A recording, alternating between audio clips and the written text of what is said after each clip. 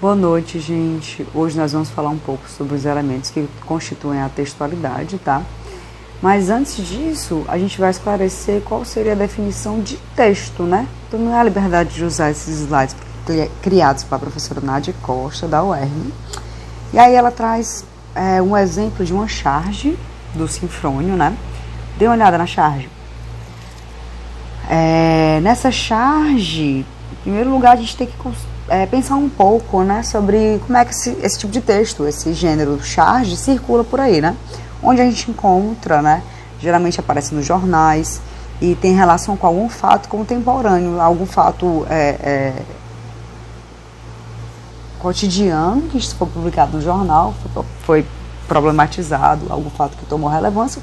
E aí o chargista toma um posicionamento geralmente ácido, né, brincalhão ou irônico, acerca daquele assunto que está popular, né, que se popularizou devido àquele momento.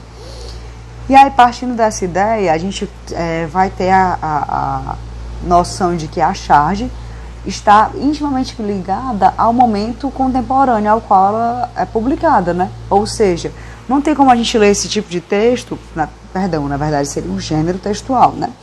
Não tem como a gente ler esse gênero textual, se relacionar com esse gênero textual, sem levar em conta o contexto histórico, o contexto social, né?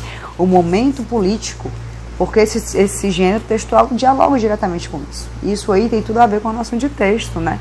O texto não pode ser concebido como uma mera decodificação de um código, né? De um conjunto de regras. Porque se um falante de um idioma conhece aquele conjunto de regras que rege a língua, por exemplo, no plural, em português, a regra geral é acrescentar S ao final dos substantivos, né? Enfim, existe uma série de regras. Saber, conhecer e dominar essas regras não significa que você tenha a capacidade de ler um texto no seu grau mais profundo de significado, certo? Por quê? Dê uma olhada aí nessa charge. Mãe, olha o que eu achei. Solta isso, menino, tu quer morrer? Isso é uma bala perdida. Então, uma pessoa foi alfabetizada, que conhece o idioma, ela conseguiria ler essa charge, mas só vai perceber, captar a graça, né, a ironia, aquele leitor que já conhece mais aprofundadamente um contexto histórico, político e social ao qual está relacionada essa charge, né? Quando a gente fala bala perdida no Brasil, a gente está sendo meio sarcástico, né, com o termo, porque essas balas perdidas fazem referência a esses milhares de assassinatos que ocorrem, entre aspas, acidentalmente, em algumas cidades, geralmente em comunidades mais carentes, né? A gente está muito acostumado a associar a cidade de bala perdida com as favelas, enfim. Um leitor que não conheça esse contexto social do Brasil, ele vai ler isso aqui e não vai captar qual é a graça, ele não vai captar qual é a mensagem mais profunda, né? Ou seja, a gente tem que deixar claro duas coisas. Primeiro, um texto vai ter outros elementos além da linguagem escrita. Por exemplo, aqui nessa charge a gente tem a linguagem escrita e a imagem.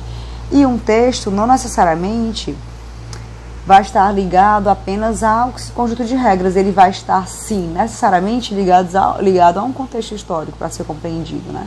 A um contexto de produção no qual ele foi proferido ali. Então, vamos seguir aqui. A gente encontra aqui a definição de texto dessas duas linguistas super importantes, Faber e Koch, né? Toda e qualquer manifestação da capacidade textual do ser humano, uma música, um filme, uma escultura, um poema, para isso, para esses estudiosos, texto seria isso. Toda e qualquer manifestação da capacidade textual do ser humano. Pode ser música? Pode. Pode ser um filme? Sim. Uma escultura? Peraí, mas escultura não tem palavra. Ok, mas um texto não está limitado à estrutura das palavras, né? Um texto não necessariamente precisa trazer uma palavra, seja ela verbal ou escrita. Não, uma imagem que traz o significado, que comunica, é também um texto. Um poema também é um texto, né? Enfim. E em se tratando de linguagem verbal, temos o discurso, a atividade comunicativa de um sujeito, uma situação de comunicação dada, englobando o conjunto de enunciados produzidos pelo locutor ou pelo locutor-interlocutor, no caso dos diálogos, e o evento de sua enunciação. Essa seria a definição formal de texto, né? Ou seja, o que é que eu vou pegar aqui de principal, de mais importante? É que o texto não precisa estar submetido à linguagem das palavras, né? Seja ela seja ela oralizada ou escrita.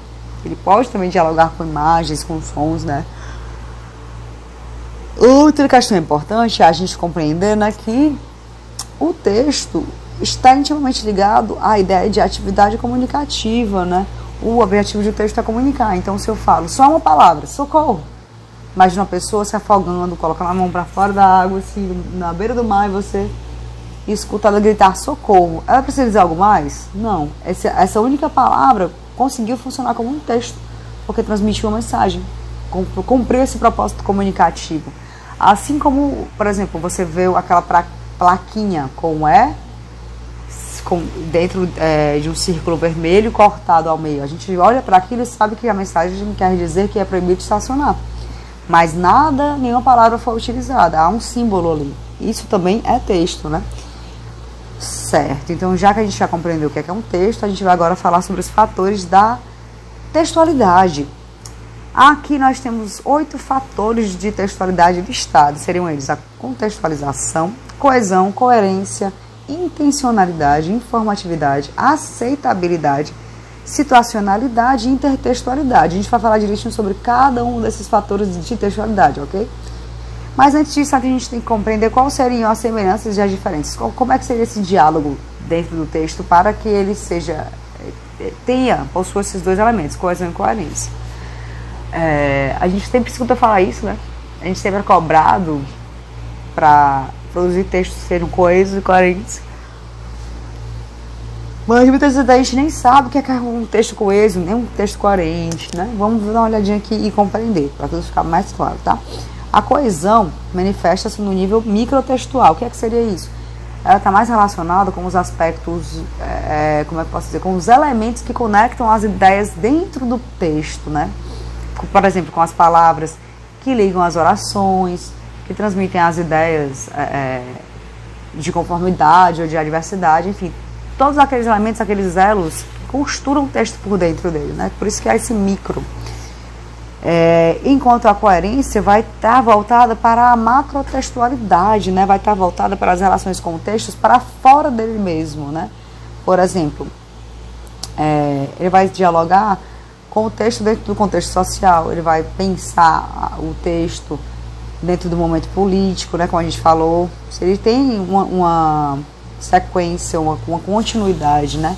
Vamos lá. Coesão e coerência, há distinções? Sim, a gente acabou de falar, mas vamos ver com mais detalhes, né? Halliday e Hassan afirmam que o que permite determinar se uma série de sentenças constitui ou não um texto são as relações coesivas com e entre as sentenças que criam a textura. Então, fazer um texto não significa apenas jogar frases. Eu acho engraçado, sempre que eu passo um trabalho tem algum estudante que pergunta: professora, pode ser só frases? Eu não quero escrever um texto, eu peço para escrever um parágrafo. Eles respondem que não querem escrever um texto, que vão escrever só 4 frases. Mas por que essas 4 frases, 5 frases juntas não formam um parágrafo ou um texto, gente? Na cabeça deles, não. Por quê? Porque essas frases são ideias quebradas, né? E o texto ele tem que ter uma continuidade, né? Um texto tem uma textura, como está dito aqui nessa citação.